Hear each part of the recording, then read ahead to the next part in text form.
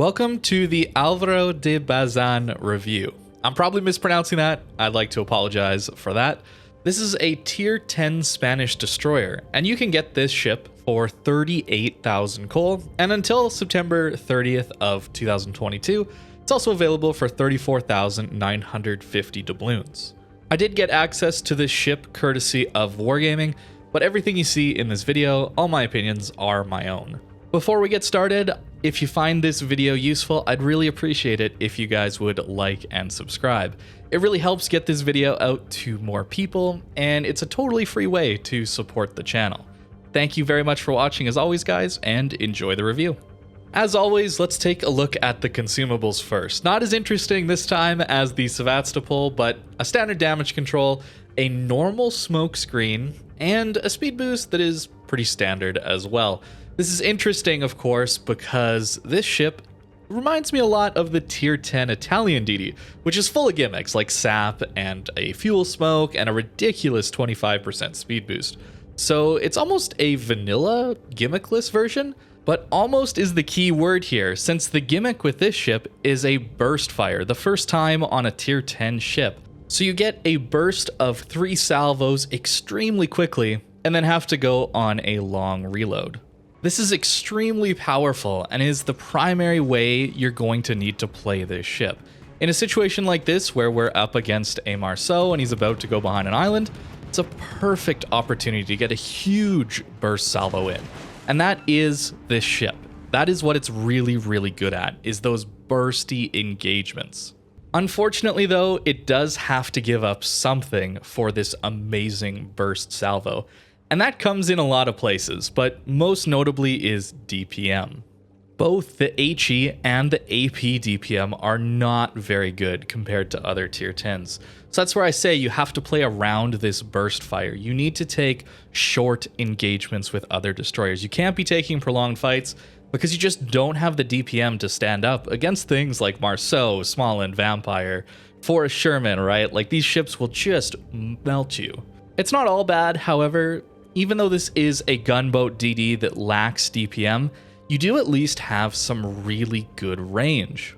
And combined with the overall really good shell flight time, it makes this ship capable of farming at longer ranges, where its direct comparison, the Italian DD at tier 10, really can't because it lacks that range. Unfortunately, the pen on the AP isn't all that amazing, so I found myself focusing on that HE quite a lot, which does pen 23mm, which is more than enough for superstructures of everything at this tier. To note, the AP does have shorter fuses, so it can be useful, but I just found myself tending towards HE most of the time. And our standard HE performance isn't too bad. It does have a bit of a long reload at 6.6 seconds, which brings down its ability to light a lot of fires here. A 9% fire chance looks really good, but as you can see, if we order this chart based on fires per minute, taking into account the reload of these ships, it's just kind of mediocre. But the good range gives it that opportunity to light a lot of fires because it can just feel comfortable shooting a lot of the time. And of course, this fire chance can also be made up for with this burst fire, much like the Kleber and its reload booster. If someone pops their damage control, you can always use this burst fire to almost guaranteed get a fire. Assuming you're not unlucky like we were here. But unlike the Kleber, where it can instantly go back to its normal reload, we have a long cooldown after this burst fire of 30 seconds before any reload upgrades. So it's a huge punishment for using this burst fire, and why I don't really think it's a good idea to actually use the burst fire to make up for that lack of fire chance. I think this burst fire needs to be used cautiously. It's very strong and powerful, but you don't want to be left sitting in front of an opponent and you're waiting for a 30-second reload. You have to use it smart. So up to this point, this ship seems kind of mediocre to like a bad gunboat destroyer. And that's because we haven't talked about some of the amazing strengths this ship has as a ship. First of all, concealment. It is so close to having some of the best concealment in the game. It is very much average to above average, especially for a ship with such a powerful burst fire. And combined with this really, really good health pool, it means that we don't have to have the best DPM in a fight to win engagements, because we can tank through a lot of these fights. Unfortunately, we're not the most maneuverable ship in the world because we don't have the best turning radius, and our rudder shift is among the worst, although it's nowhere near as bad as something like the Kaaba, for example. But this I found to be a big, clumsy ship. It is a very large destroyer, and since it doesn't maneuver the best, it can be hit very easily. So you have a lot of HP, but you can wear through that HP extremely quickly, and this concealment allows for a lot of confidence and aggressive plays, but keep in mind, you're a big target, and with that concealment up very close to radar ships, battleships, you're much closer than something like a Kleber or a gunboat Kaaba would be, for example. You can take a lot of damage from those ships. And as we're running away here, lamenting the fact we used our burst fire and then didn't manage to kill this Sherman, notice that we're pretty quick, right? With this speed boost up, and even without the speed boost, we are a very, very fast destroyer, and it makes us a very interesting ship to play. This concealment is really strong, and this burst fire is very strong, and so is the speed. So we can reposition very stealthily and get these burst salvos out on targets of priority. And I think that's kind of the best way to play this ship, a bit of a hit and run information gatherer that can both contest caps and be a long range gunboat farming destroyer. And of course, there's something we haven't talked about that's pretty standard on destroyers, and that's torpedoes. This ship has pretty good range on the Torps at 13.5 kilometers, but unfortunately they're very slow and they deal very little damage, so I didn't find them to be very useful, other than zoning Torps, to just kind of throw across a cap zone and hope they hit something. So in my testing with this ship, I noticed that it was really, really good against destroyers. Of course, this burst fire is excellent in scenarios where you only have a small period of time to deal damage, and that's perfect for dealing with subs. Of course, the depth charges are basically useless, since who's actually running their destroyer across the map to the enemy side and actually successfully dropping those depth charges? It's the scenarios where the submarine gets spotted for a brief instant, and then you pop this burst salvo fire, and you get a ton of damage into these destroyers. It's really, really strong, and something I actually wasn't very much expecting. Something that I really wish was a little easier for other destroyers is to do some of this bursty damage when submarines are spotted, but it's really something that's only possible with this salvo fire. Even something like the Kleber's reload booster, like I talked about earlier, isn't great at, because it only reduces the reload a little bit. It doesn't give you that instantaneous burst fire. Although I do think the reload booster is much more valuable, since it doesn't actually come with this massive punishment of a 30-second reload on a destroyer, right?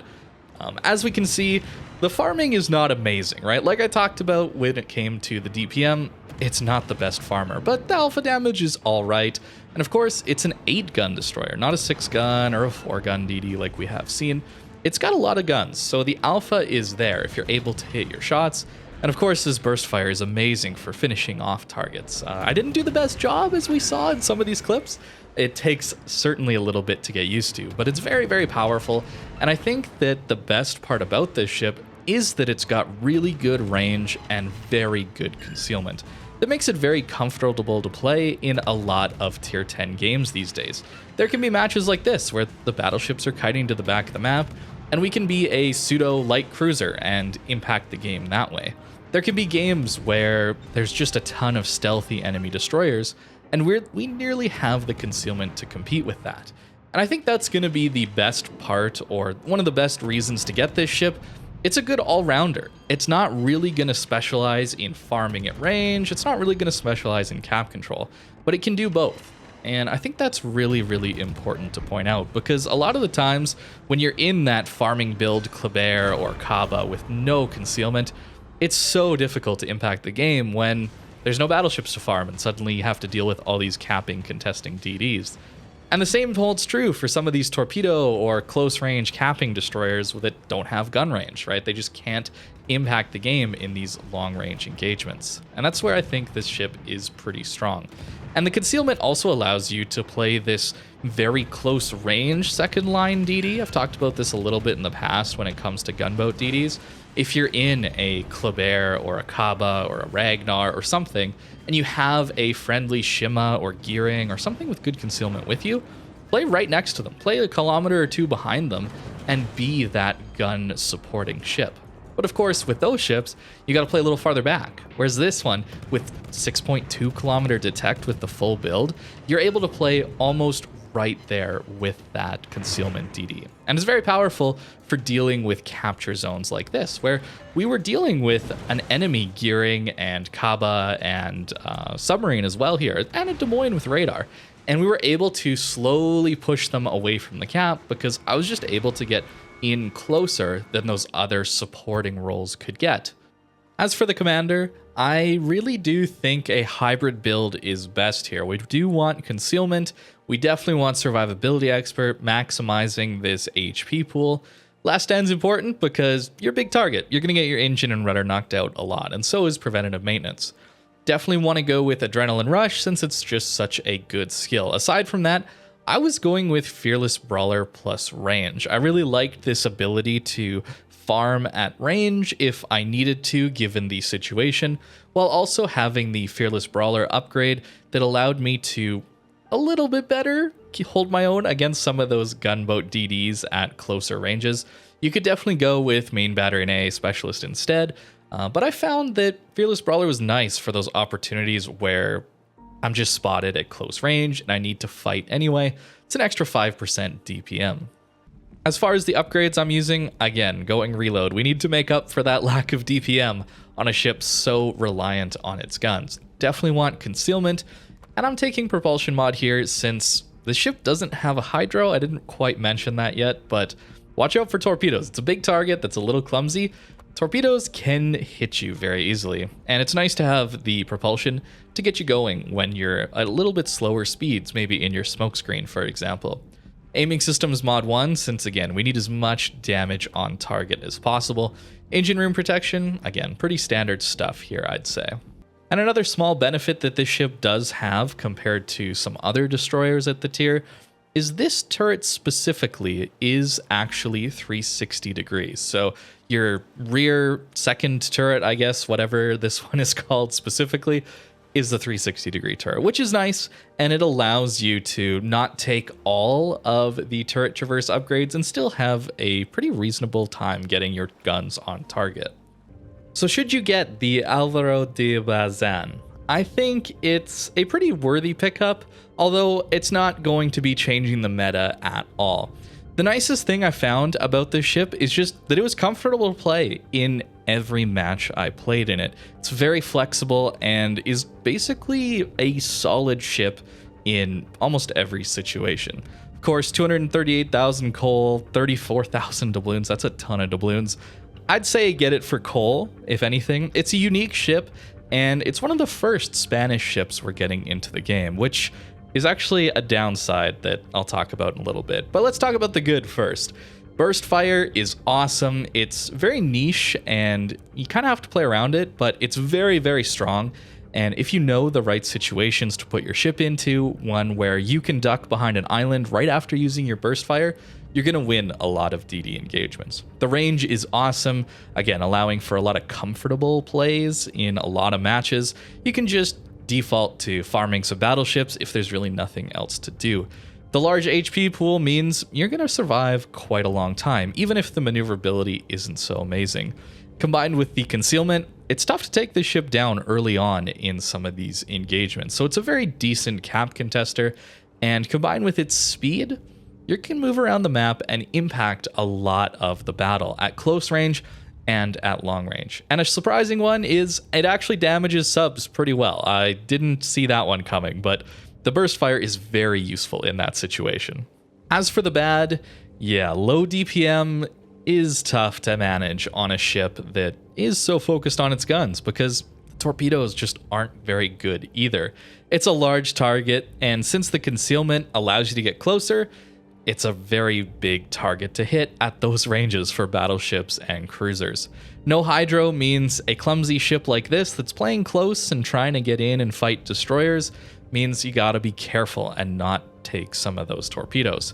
In 1v1s that are just straight up, you're going to struggle. If you can't get away, if you can't break contact and you use your burst fire to win and slowly win those engagements over time, multiple smaller fights is what you want. You don't want those extended 1v1s. You're going to struggle in those scenarios. The maneuverability, really not good here. It's serviceable, I guess. It's nowhere near as bad as Kaba. In making that chart, I was shocked at how bad Kaba's rudder shift was. It's almost comical at a point. But this one, it's not great, but it's not as bad as something like the Kaba. And of course, being one of the early Spanish ships, it doesn't really help that I showed you a 21-point commander, because you probably don't have a 21-point commander. So this low DPM is going to be even worse since you can't buff it using some of those commander skills. Overall, I think I had a really good time with this ship, primarily because the Italian DDs have been such a struggle since they're so niche, whereas this ship is more generally good compared to that tier 10 Italian destroyer. But if we start comparing it to some of its peers, the Kleber and its reload booster is much more useful since you don't have the massive punish of that 30-second reload after using it. I think that overall this ship is just worse than other things like Marceau and the Forrest Sherman. They bring much more to the table as far as gunboat destroyers. So let me know in the comments below if you're going to pick this ship up. At the end of the day, I can't really tell you if you should or shouldn't. I wouldn't recommend it for doubloons. I'd certainly go for it for coal if you're actually interested in it.